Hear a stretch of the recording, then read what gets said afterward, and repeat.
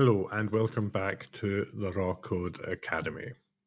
I am your host David Flanagan, and today we're going to be continuing our complete guide to Parka. Today's tutorial, we'll be configuring the scrape config to use Kubernetes service discovery. But first, why? Well, so far in this course, we have deployed the Parka server and seen that it doesn't really do much by default. It's a database that needs data. To provide that data, we've been using the Parka agent, which is fantastic. You deploy the Parka agent to your cluster. It runs as a daemon set, discovers the processes on the nodes using eBPF, and gets you loads of amazing profile information to get started with little to no effort. However, sometimes you may want to provide your own pprof information. Some languages like Node.js and Go have fantastic support for stuffing in even more information from the runtimes themselves. So what if we want to consume that? Well, we can configure the Parka server with scrape configs, scrape targets, much like Prometheus itself. And in fact, it allows us to use the service discovery modules from the Prometheus package. And the configuration is identical. So in today's video, we're going to change the config of Parka, add a scrape config using Kubernetes service discovery to filter for annotations that we decide. I have a workload deployed to my cluster, which is InfluxDB2. I'm using InfluxDB2 because it ships by default with a pprof endpoint. We're going to configure Parka to scrape that endpoint and give us all the information. So let's take a look. Okay, so let's set the scene. First, we have a default namespace, InfluxDB2 deployed. We also have Parka namespace, Parka deployed. Please note, there is no Parka agent, meaning currently Parka has no data whatsoever. This is the default install of InfluxDB2. Nothing has been tweaked. And this is the default install of Parka. Nothing has been tweaked. We are running a port forward and another tab to the Parka UI, or the Parka server. So we can pop open and hit refresh a whole bunch of times and see that nothing has changed. The Parka server has not received any data. And if we come to targets, there are no targets available. Our Parka has nothing to scrape and nothing has been written via the push model and the agent. So how do we get started? Well, we can modify the Parka config map. This provides everything that we need to modify and provide our own scrape target configuration. Fortunately, I've already prepared a config map for us to take a look at. Size a little bit bigger. And we'll see here, this is what the default Parka config map looks like. It just configures the bucket, in this case, file system, and a directory of where to store its data. We can confirm this from the command line, where we can say get config map parka-o YAML. You will see the default configuration.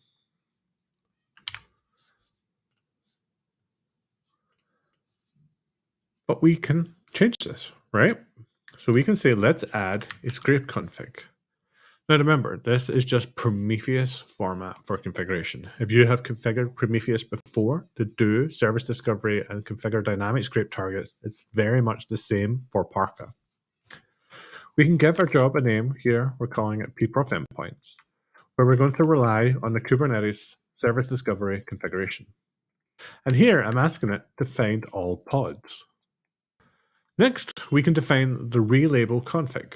This will allow us to keep or drop different targets based on attributes within the target itself, the pod. So here we can say that we only want to keep discovered pods as a target if it has a parka.dev/profile annotation. You can see here we're asking for the Kubernetes metadata on the pod and annotations. This name here is just a simplified version of parka.dev/profile, where dots and slashes are replaced with underscores. And we're just going to say keep. Now we also need to handle where the pprof information is available on different paths and on different ports. So here we can say that we expect an annotation of parka.dev/path, and this will be our metrics path. Likewise, we can say that parka.dev/port, and we can actually construct or compose the address from all previous information.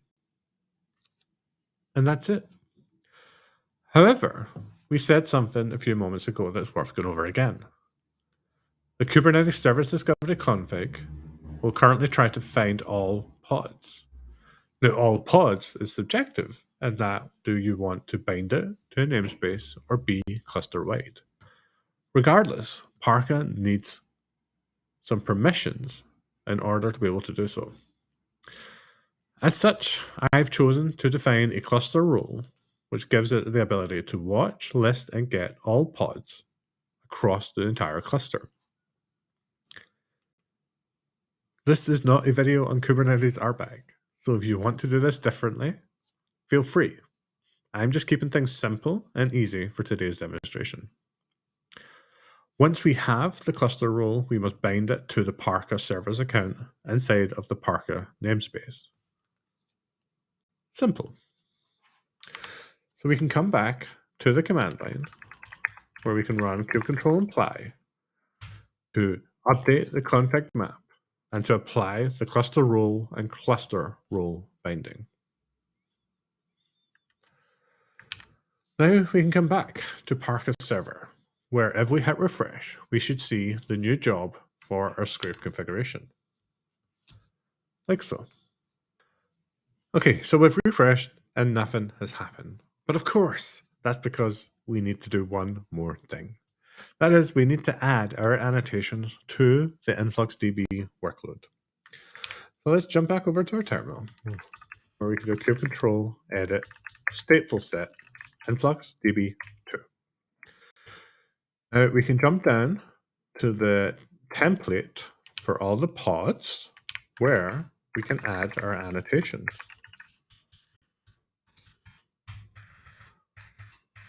We can say parka.dev/profile. We can just set that to true.